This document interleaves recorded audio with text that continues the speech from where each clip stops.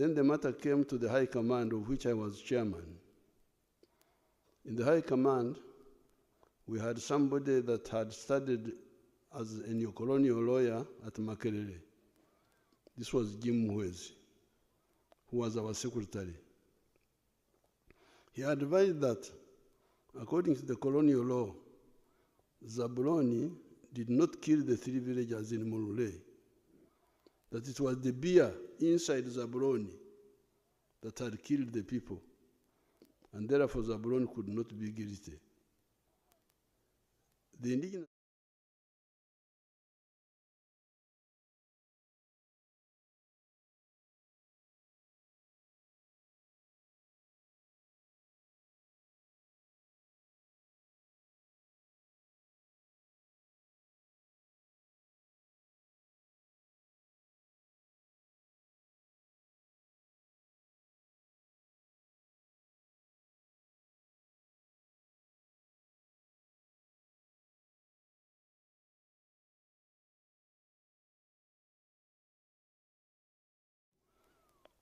Okwitsenjara, not feeding the partner well, Okshenda, denying shelter to somebody who had okwirirwa, caught by the night while on a journey. Kuonesa, livestock eating somebody's crops. Kuterenta wato, denying water to cattle that are not yours, etc., etc.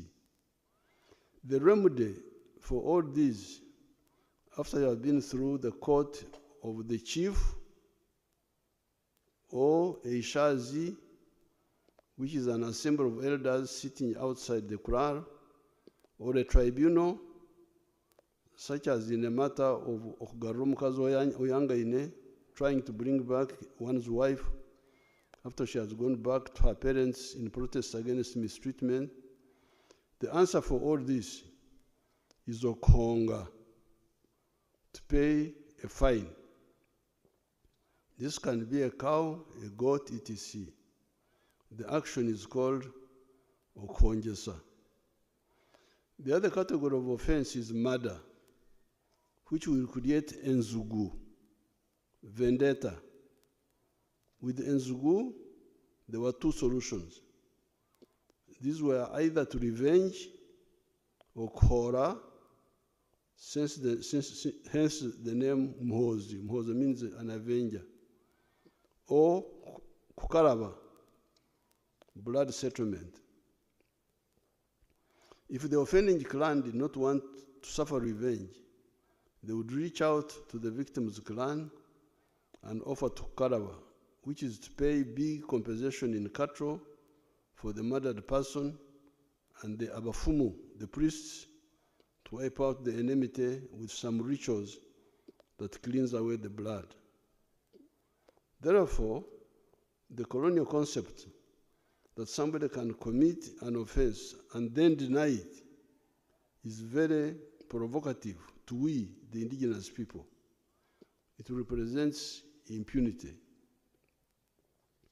Aware of this orientation of our people, we could not bear listening to the line of people like Mwezi. In the case of the Semto murders, where it was the beer inside Zabuloni that was guilty, but not Zabuloni.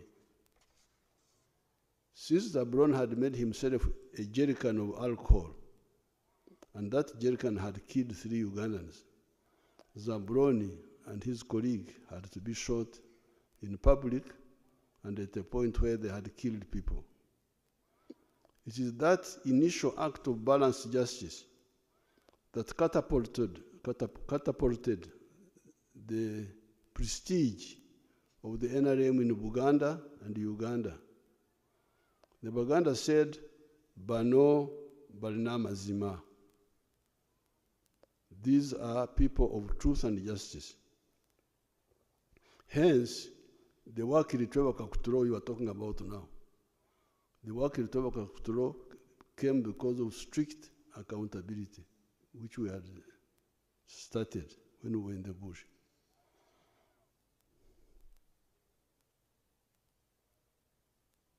Even when we came into government, the same was maintained. Indeed, some soldiers have been executed in public for killing people. Examples are Sergeant Kibonge, Sergeant Omona, Private Codet, etc., etc. If Uganda had been peaceful in 1982, in the case of Zaburon and group, we could have explored the option of Okukaraba. That was the only way we could save Zaburoni, to have blood settlement. To have blood settlement. But we didn't have that opportunity.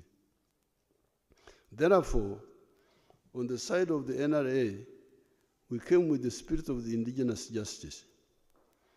However, in the wider system, the legal practitioners and some of the elite adhered to the colonial system that is quite ridiculous in some cases. Take the example that sometimes the accused can refuse to answer. In the tribe, you say, I don't want to answer, you are guilty.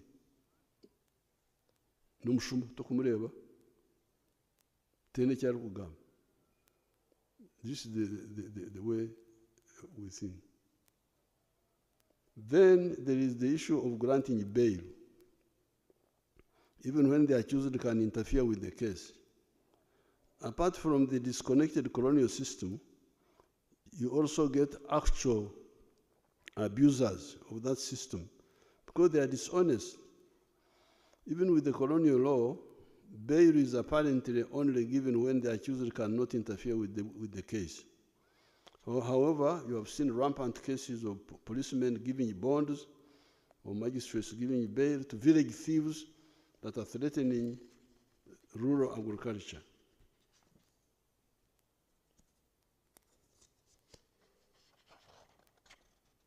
So that was one problem. Then there was the death of many of our original NRA commanders by many dying from the natural causes.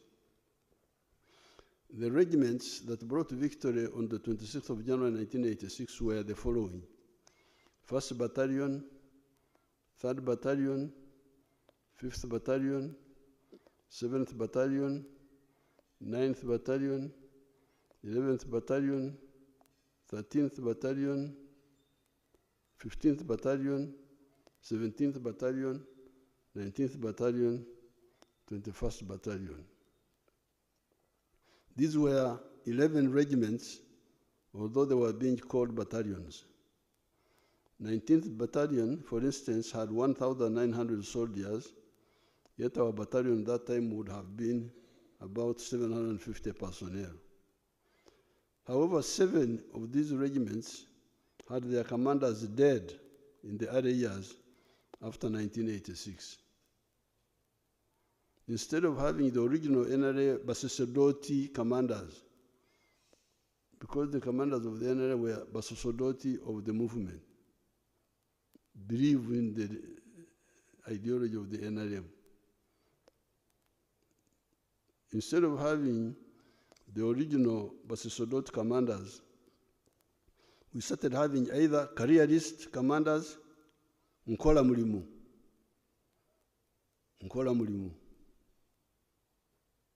Ndikumusala, or even actual opportunists, Najakulia.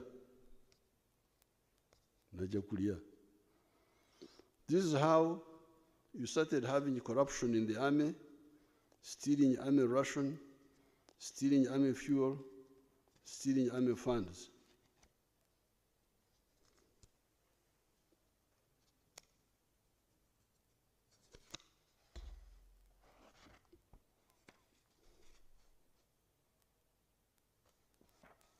In the wider society, however, the prestige of the NRM on account of working to Kakuturo, as well as repairing the ruined economy, goods in the shops being plentiful, some of the infrastructure being repaired, the prestige of the NRA grew.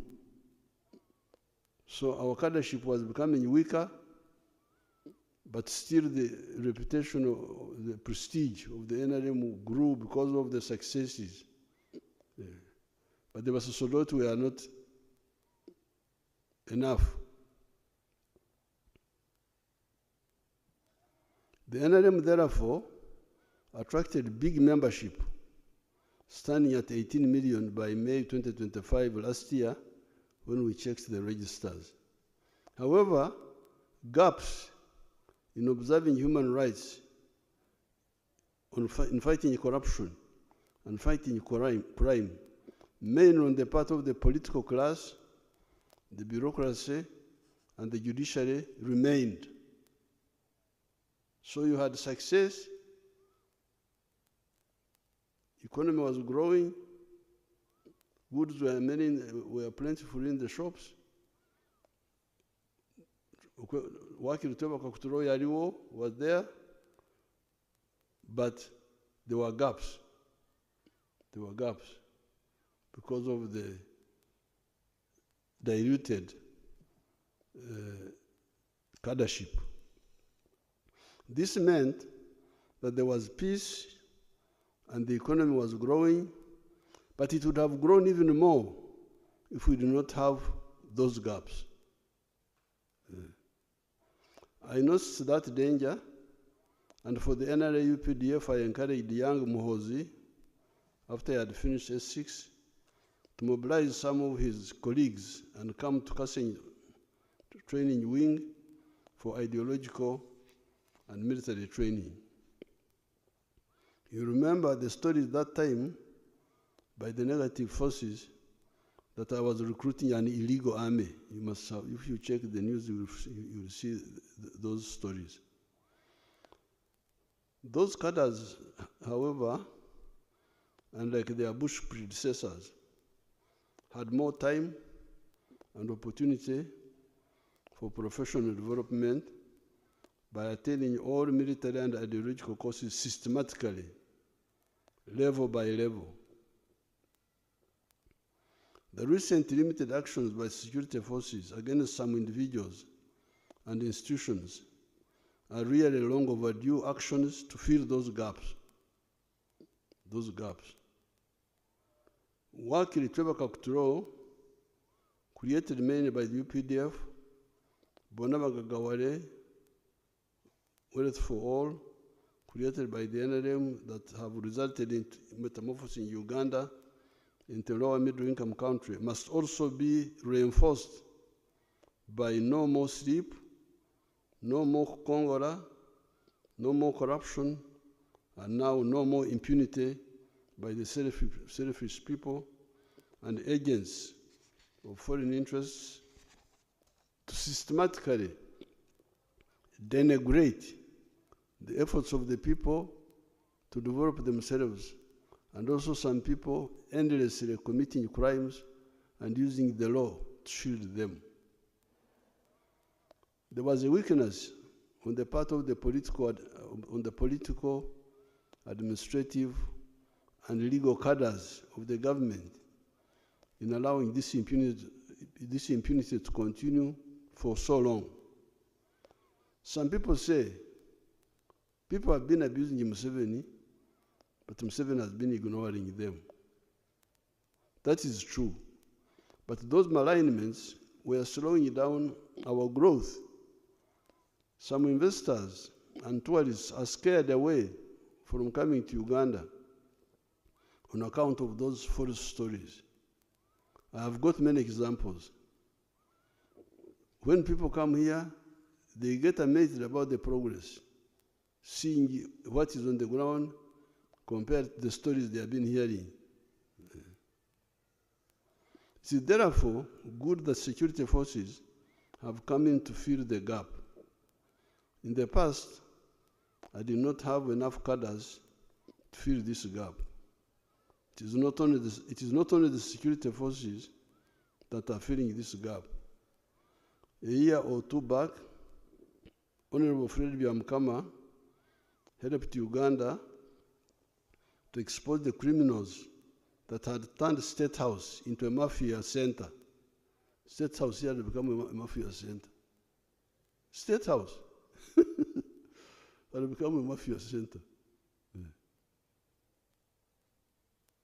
In order to have your document brought to the president, you can imagine, in order to have your documents brought to the president, you had to pay a bribe of 30 million shillings. Byamukama reported the matter to me. We arrested the gangs. There is therefore a counter-offensive against corruption, crime, and impunity. To show the impunity, take the case of Besigye, Dr. Besigye. He was arrested on the 17th of November, 2024. It is now almost 2 years. All this time, however, he has been refusing trial, misusing the legal system. Why would this great Democrat and human rights fighter spend so many calories on refusing to come to trial, where he has got opportunity to prove his innocence and expose the undemocratic behavior of the dictatorship of Museveni and his family? What is the problem? Because the dictatorship of Museveni and his family is imprisoning Besigye wrongly. Come to the court and expose it. Why do you spend so much time avoiding court?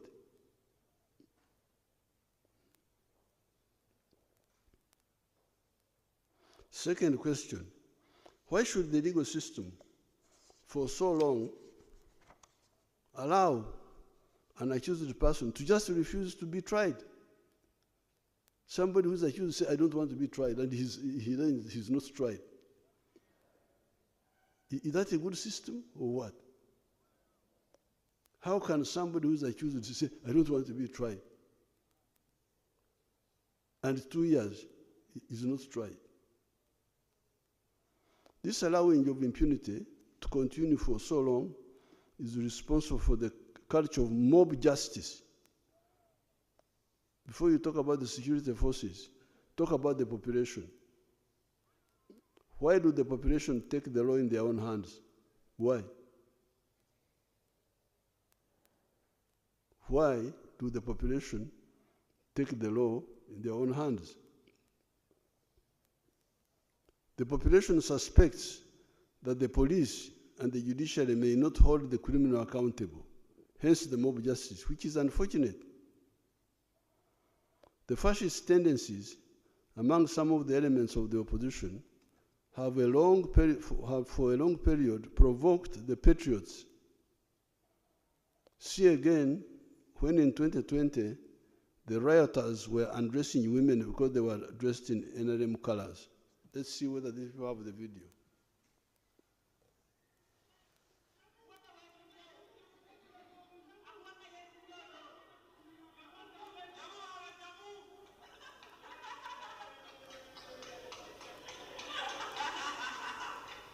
Freeze that, freeze it, bring it back. Where the girl is undressed. Bring it back.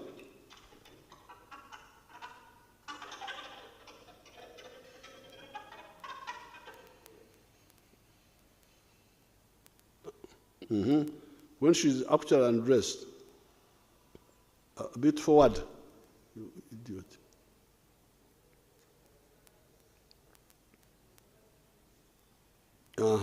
This is, freeze it there, freeze it there. This is democracy. This is democracy. This is human rights. See, the woman is undressed because she had colors of NRM. And nobody talks about this. I have not heard anybody condemning this. I don't want to blame people. I have not heard anybody other than us complaining. I don't know whether the religious leaders condemned it, or the cultural leaders, or the law society. Check for me, please. I need a record. Who condemned that act?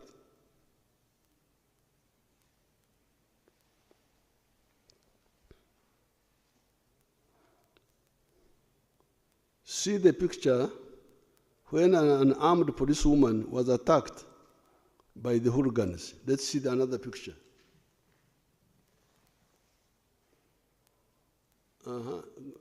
That's a police, this is a policewoman. Go back, go back.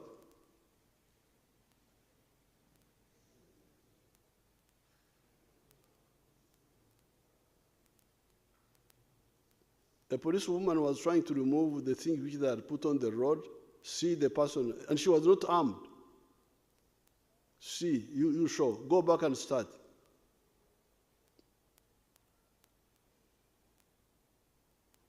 That's that's a democracy now. That's human rights. That's a democracy. Yeah. On camera now. Fortunately, me, I show film. I'm a film shower. I've got my small and TV wood. That is democracy. That's real democracy.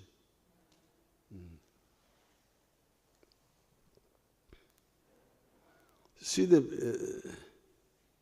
quite often you have had slogans. Tugenda kuocha Kampala. How many times have you heard that? How many times have you heard that? If you want to go to heaven, that is.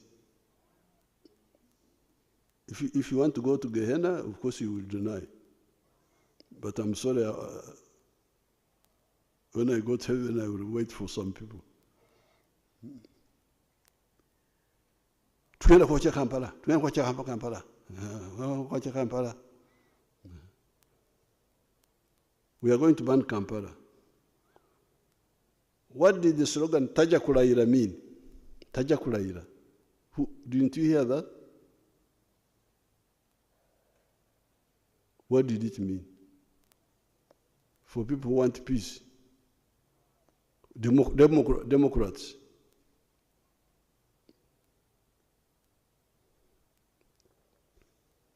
The translation is the elected president of Uganda will not be allowed to swear in. How will you stop the swearing in except by violence if you are not using the courts? If you are not using the courts, how will you stop the swearing in? By violence. That's what they were planning, which they tried to do, but we defeated it. All these schemes will defeat them. Kwenda kwa Kampala, they can't ban it. Tajja kulayira, musajja alayira. But who are these who plan? We know them, of course. And the commentators, the ones who are talking about him, why don't you, especially maybe the foreigners don't know, who don't know our language. But our people here know. Why do they allow people to talk like this and they don't caution them?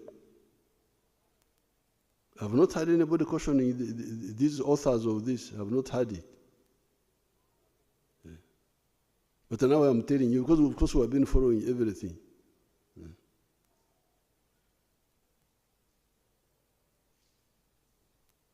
How many times have you had the taunting by hooligans of especially the NRM women supporters in the words, mwe bikazi mwe, ye mwe abatusibye kasajja.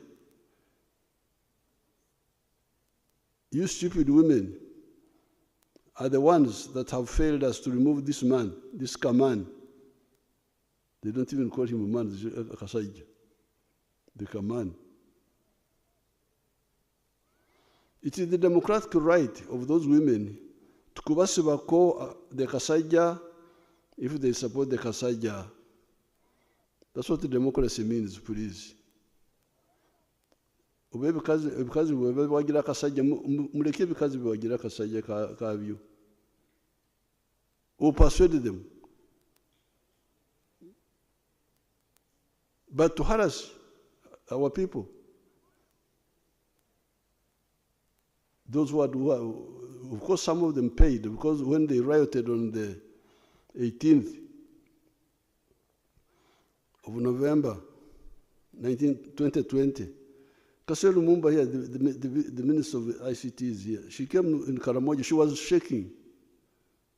People are writing in Karamoja, what are they doing? They are attacking people, you keep quiet. They will lose appetite for attacking them. She's here, she can be a witness. Gusirika. They will stop.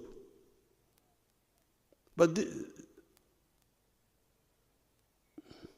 the arrested opposition lawbreakers may not get bail because they threaten the security of the witnesses. Because some people have been saying, you give these people bail, give them bail. Yes, but because they are not Democrats, when we release them, they attack the witnesses. You cannot have democracy without people with the spirit of democracy, with fascists.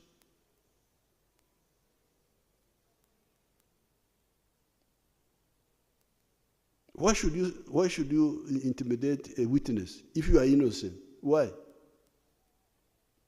And threaten.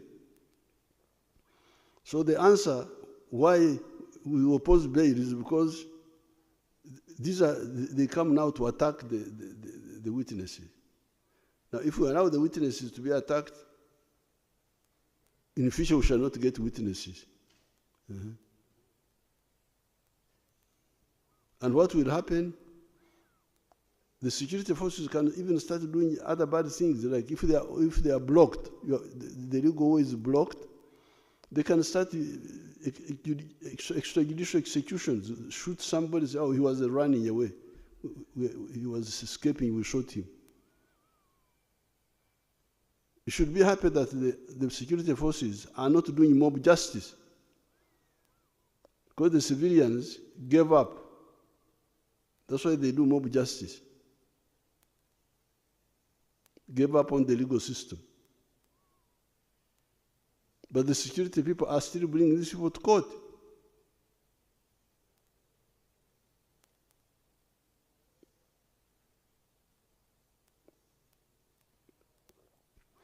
The arrested opposition lawbreakers may not get bail because they threaten the security of the witnesses.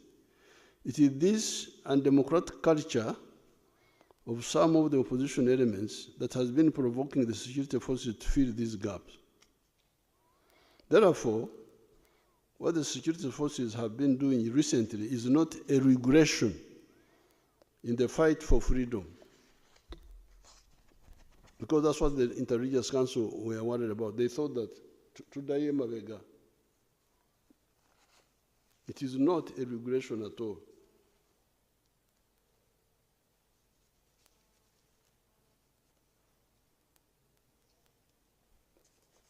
It is not a regression, but a consolidation of our long fight for the principles of patriotism, Moyo gwa Uganda, Pan-Africanism, Moyo gwa Africa, socio-economic transformation, and democracy.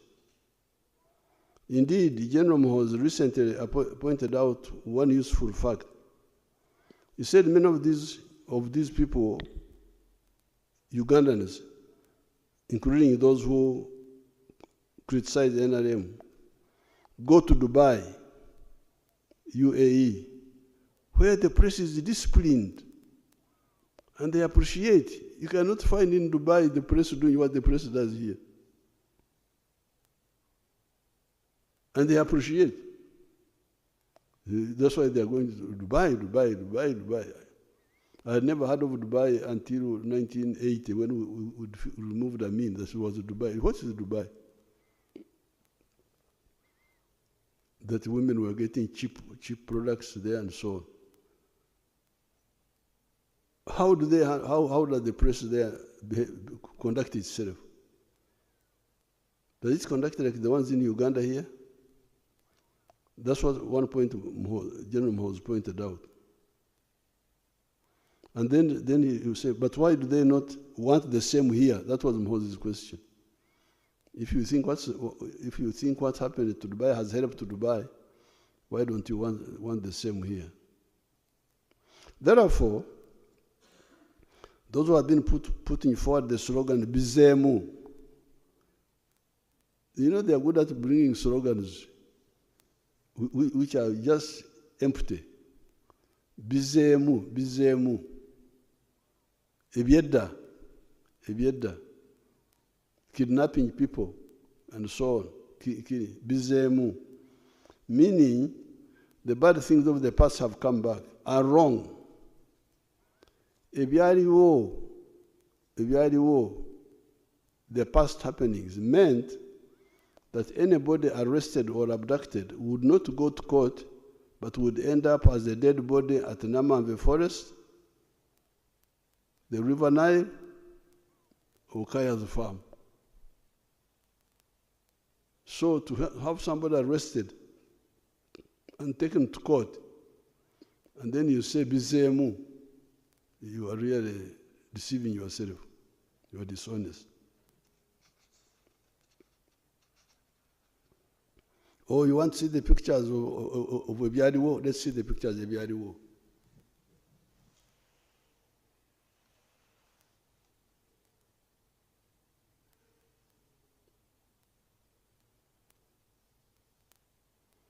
Bring the bones properly. Bring the the skulls. Bring them in the center of the picture. Freeze there, freeze there. Go back a bit. Go back a bit.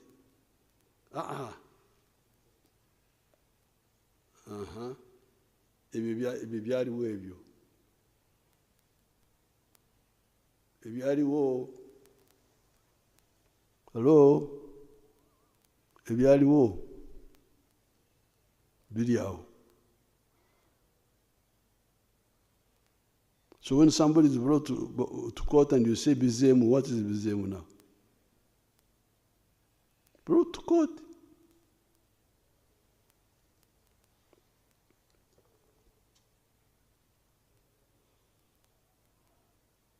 On the contrary, here you see basically creating scenes in the courts of law.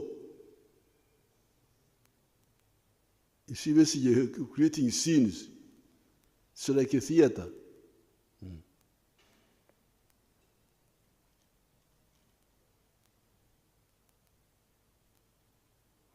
I could even see my sister Matembe limping into the court. When she was coming in the court, she came limping. I was worried, but forgot to limp. When she was leaving the court, she walked.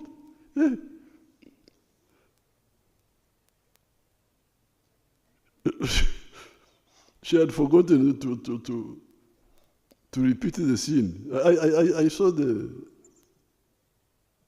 video. Therefore, those who want to know the truth, wait for the trials of the accused people. That's what you should do. You should all be demanding abantu mbalete mu kooti tuwulire amazima. Omulimba ali ludda wa? That should be the demand. Naye nantagambwako tembakwatako. Prison, I was in prison 8 times in Tanzania. There is no prison of Tanzania which I don't know. 8 times. Bukoba, 3 times. Mwanza, Tabora, Central Police. I was in those prisons for nothing. Because there are people who are against us. Although Mwalimu was supporting us, there were people who are against us. If you arrest me for nothing, I will prove my case.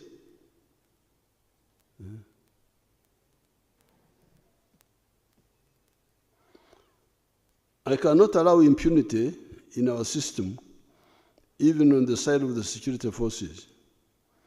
In 2021, there was the death of a Ugandan nicknamed Zebra in the Kawempe area in unclear circumstances after he got in touch with our security forces. I had to organize Okukaraba blood settlement with his family in Entebbe State House here. It is therefore the impunity promoters that have been inviting the security forces to finally do something. It is the security forces that die to keep peace in Uganda and in our turbulent region. If the security forces give their lives to keep peace in the country, why can't some of the political actors give up their egos and greed to make a contribution to that peace? Because the security people die. They give their lives in situations created by all these people.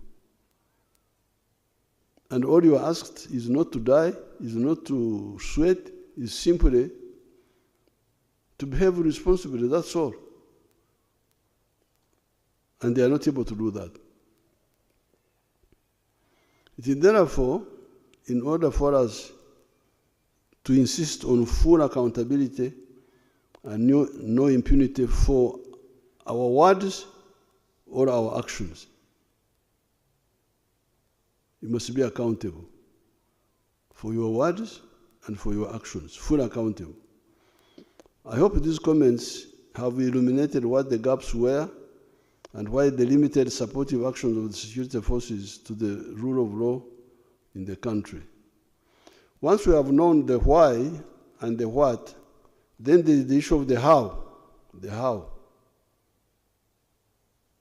This is an issue we handled from early days of our resistance, and I will share it with you separately so as not to render this piece too long. We now come to the issue of trade order that the Inter-Religious Council also raised. One of the points mentioned by a number of people is that hawkers have been earning a living by violating common sense and selling products on the sidewalks, etc. I told the bishops and the sheikhs that I can see that I'm in real trouble. Very soon, I will be charged for damaging the business of the coffin makers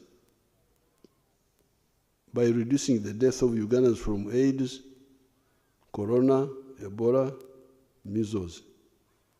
The coffin makers are going to say, Museveni, you have spoiled our business. People are not dying enough. You have stopped people from dying from AIDS. You have stopped people from dying from Ebola. Corona killed a few people. You are damaging our business. Business of making coffins.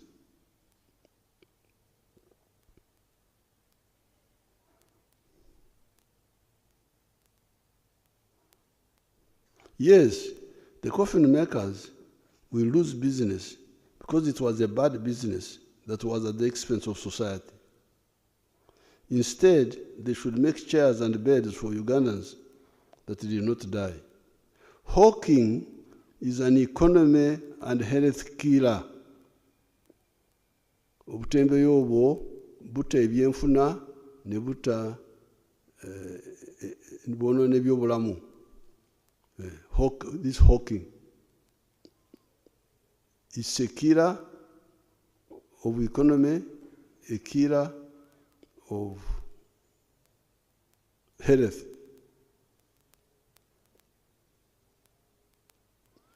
It kills the economy by denying the users of the shops and the markets business, because customers buy from the hawkers who do not pay tax because they are not identifiable. They are not identifiable. They do not pay rent. The people in the shops are paying rent. They are paying taxes. These ones are selling without paying tax, without paying rent. What sort of economy is that? They do not. How will the economy survive if people do not pay taxes on rent or pay taxes on sales? Because when I sell, I pay tax. I also pay tax on rent. Now, if those are not there, how will the economy survive?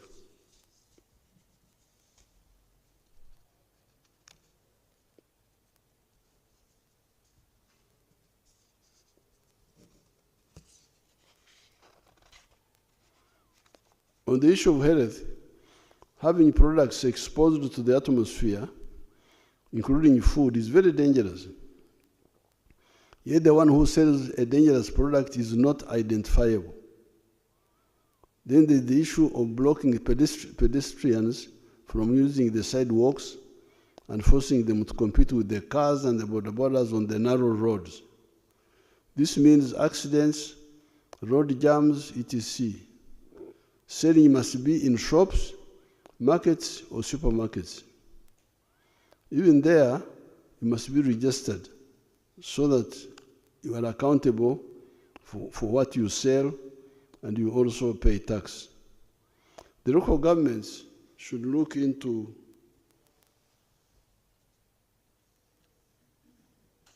the possibility of giving land for workplaces for the hawkers that have been sent away from the sidewalks. However, even there, everybody must be licensed, identifiable, accountable, and must be paying taxes. Coming to the issue of the wetlands, this shows you how unpatriotic some Ugandans can be. Who does not know what a wetland is?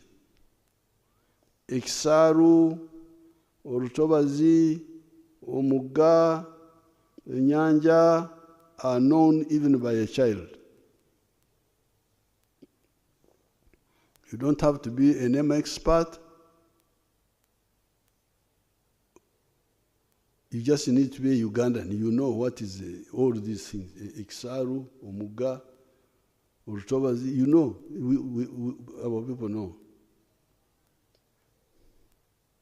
Nobody can say that I came to the wetland without knowing that it was a wetland, because the features are unmistakable. Water, ebigugu, Cyperium latifolia, ebitogo, etc. Ever since 1986, we have been telling you about the forests, the wetlands. Yet, except for the Busoga, Bukel, and Kigezi areas, most of the swamps in other parts of Uganda were not encroached on. Mabera Forest had been encroached on by the population because Idi Amin had told them that forests had no value. When we came into government, we chased all the encroachers, and Mabera Forest came back.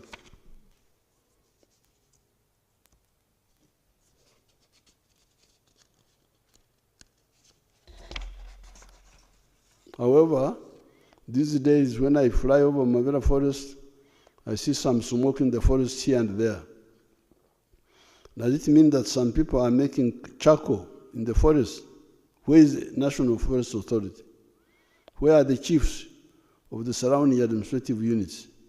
They will have to answer. With Busoga, Bukel, and Kigezi, I have been trying to build up a fund to compensate the people in the swamps by shifting them to fish farming and to other enterprises, because it was the colonial government that misled our people into those swamps, saying that it had been done in Holland and I don't know where else. Yet, it is a disaster for us. It is estimated that 40% of our rain comes from the local wetlands, and those in Congo and South Sudan. What is the proof? Why does West Nile get 1,270 to 1,524 millimeters of rain per year, and Karamoja only gets 700 to 900 millimeters, yet they are on the same latitude? I would have explained these points, but I'm rushing because I'm told that you are dying to go and watch World Cup, and I'm not World Cup. So I'm rushing. I would have explained more. Because they may cut me off that I'm not World Cup. The answer, why Karamoja gets less rain than West Nile? The answer, the swamps in South Sudan and Congo. Why does Karangara get 2,000 to 2,090 millimeters of rain per year? The answer, the water of Lake Victoria that evaporates and reinforces the moisture from the oceans. Who then has a right to ruin our heritage of this abundance of water and our future? There are those who say that they were allowed by government authorities to ruin the wetlands. Did those who allowed them do so rationally and illegally? We shall study those excuses and decide on the way forward for those mistake makers. However, the operation to restore the wetlands and protect our natural forests will continue. I appeal to the Ugandans to participate in the NRM barazas for the LC1s and the Women Councils on the 10th of July, 2026.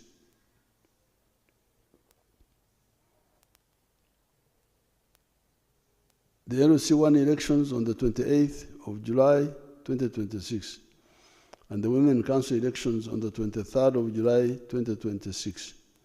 The NM Secretary should repeat these dates so that people know them and participate. Ugandans, I'm hearing of the corruption in the health centers, in the PDM, etc. The medicines for those problems are two. One, report the corruption to a government official or a religious leader or anybody who you think will bring it up, take up the matter. Action will be taken. Secondly, use the LC1's elections and the Women Council elections to elect leaders that will fight corruption. Corrupt people are easy to defeat. Just report them. May God bless Uganda and Africa. Go for the World Cup. Thank you very much. I am on time.